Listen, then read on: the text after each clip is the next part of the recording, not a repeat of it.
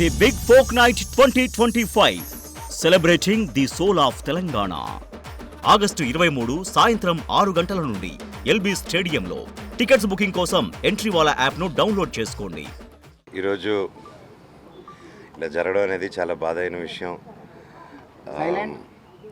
చాలా గొప్ప అయిన, చాలా పెద్ద అయిన గ్రేటెస్ట్ యాక్టర్ ఇన్ ఇండియా. నేను తెలవంగానే నాకు వచ్చి చూడాలంటే 2 సార్లు బయలుదేరి లేదు, ఆయన గురించి ఇమేజ్, ఆ ఇమేజ్ ఏదైతే నేను నింద ఆ ఇమేజ్ నా మైండ్లో ఉండకూడదని రాలేకపోయాను. అందుకోసం ఈరోజు వచ్చి కలుస్తున్నా. ఒకటి మాత్రం గ్యారంటీ, కోట శ్రీనివాసరావు గారు మన ఇండస్ట్రీలో కట్టిన కోట, తెలుగు ఇండస్ట్రీ ఉన్నంత కాలం ఆ కోట కోలదండి, ఎప్పటికీ అలాగే ఉంటుంది.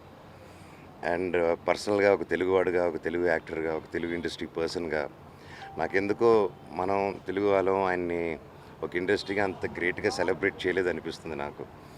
మనం ఎక్కడెక్కడి నుంచి వాళ్ళనో బాగా సెలబ్రేట్ చేస్తున్నాం. అండ్ మన కూడా ఉన్న ఇంత గొప్ప లెజెండరీ యాక్టర్ని ఇంకా గొప్పగా సెలబ్రేట్ చేసి ఉండొచ్చు. అండ్ అంటే నేను కూడా అందరం కలిసి అనిపించింది. బట్ ఆయన ఈరోజు మనకి ఫిజికల్గా మనతో లేరు, కానీ ఆయన ఎప్పటికీ మన గుండెల్లో ఉంటారు. అండ్ తెలుగు ఫిలిం ఇండస్ట్రీ ఉన్నంతవరకు కోట శ్రీనివాసరావు గారు ఎప్పుడూ ఉంటారు.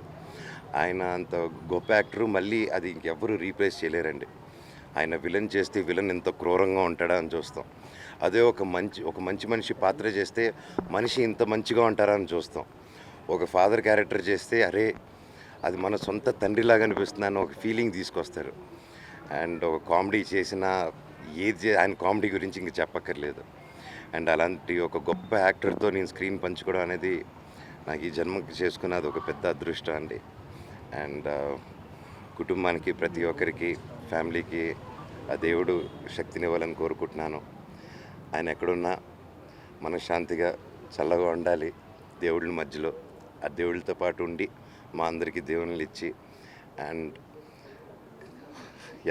వ్యక్తిగతంగా మీ ఫ్యామిలీతో ఎలా ఉండేవారు? అంటే మంచు మోహన్ బాబు గారితో కూడా చనువుగా ఉండేవారు. అవును, చాలా చనువుగా ఉండేవారండి. నాన్నగారితో ఆయన ఎప్పుడు ఒకరు కౌంటర్లు వేసుకునేవాళ్ళు.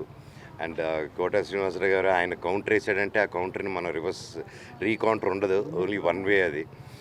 అండ్ నేను గుంటూరు రోడ్ అప్పుడు షూటింగ్ చేస్తుంటే బైక్ అదే చెప్తూ అందరూ నవ్వుతున్నారు లోపల. నేను ఆ సీక్వెన్స్ చెప్తే ఆయన నన్ను తిట్టిన విధానం, నేను బైక్ స్కిడ్ చేసుకుంటూ వెళ్తున్నాను, అంటే ఆ ఫైట్కి స్కిడ్ ప్రాక్టీస్ చేస్తున్నాను. కరెక్ట్గా స్కిడ్ డ్రాల్ చేస్తే ఆయన పెద్ద ఆయన చూసుకోలేదు, నేను ఆ పక్కన ఉన్నారు చెట్టు పక్కన అనేసి మళ్ళీ తిప్పుతుంటే కనిపించారు.